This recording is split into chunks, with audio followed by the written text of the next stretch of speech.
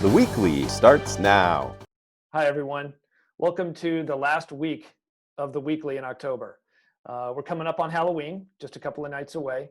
And in celebration of that, I thought I'd take a break from talking about business topics and job site issues and performance and really just have some fun.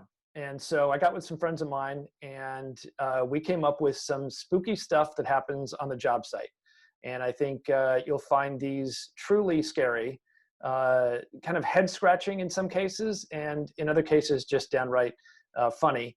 And at the end, we have a clip from our friends at Ipicus Perform, Graham Davis, who's got a great story that he is going to tell us about a job site visit that he took. So strap in, get some candy or whatever you like for Halloween, spice cider, whatever it is, and we'll get going. Our first example is called wicked water. And as we all know, water can be a very damaging element if you don't get your exterior detailing correct. And even some interior detailing as well, moisture that occurs in the house. But this is specific to moisture that's infiltrated from the cladding into the structural elements. And it's truly frightening. These are photos that our friends at Ipicus Perform provided to us. Just really scary stuff. If you just don't get those details right. And so our next segment is on a nightmare waiting to happen. And I think that a lot of builders and contractors can relate to this, probably seen it on the job site more than once, probably several times. And that is makeshift scaffolding. This is a very precarious situation, very dangerous, just, again, a nightmare waiting to happen.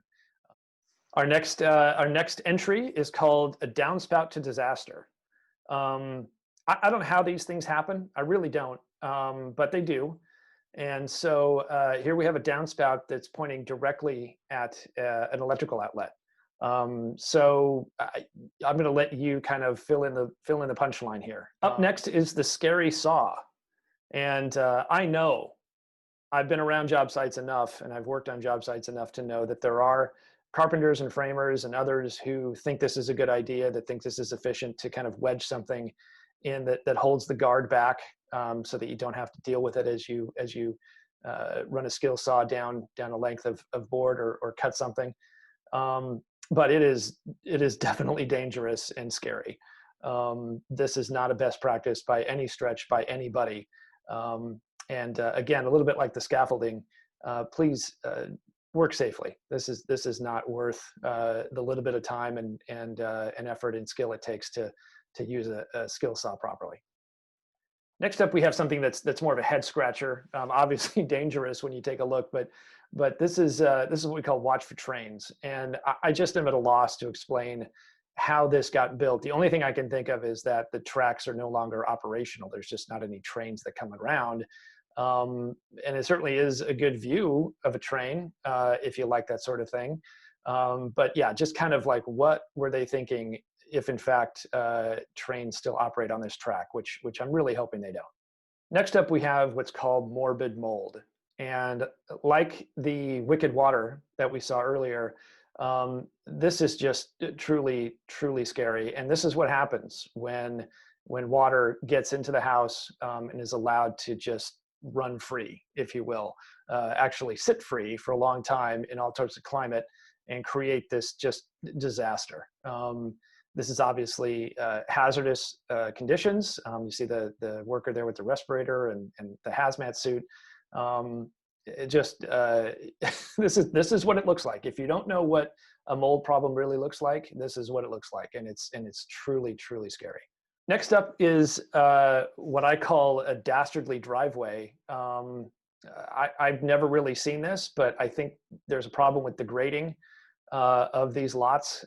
These driveways, I don't believe are really truly something that can be used, and I don't really know what to do about it at this point. But you talk about a really steep driveway. Maybe they're just built for skateboarders.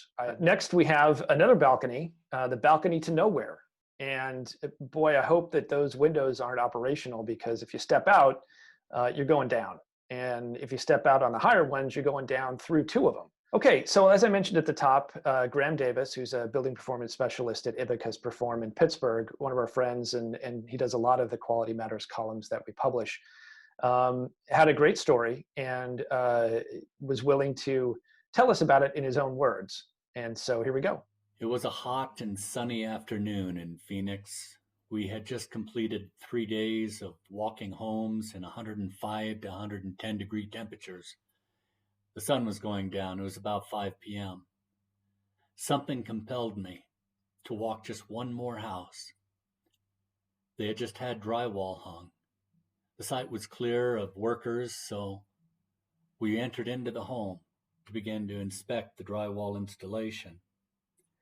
As we were walking the home, we noticed that there was a strange noise.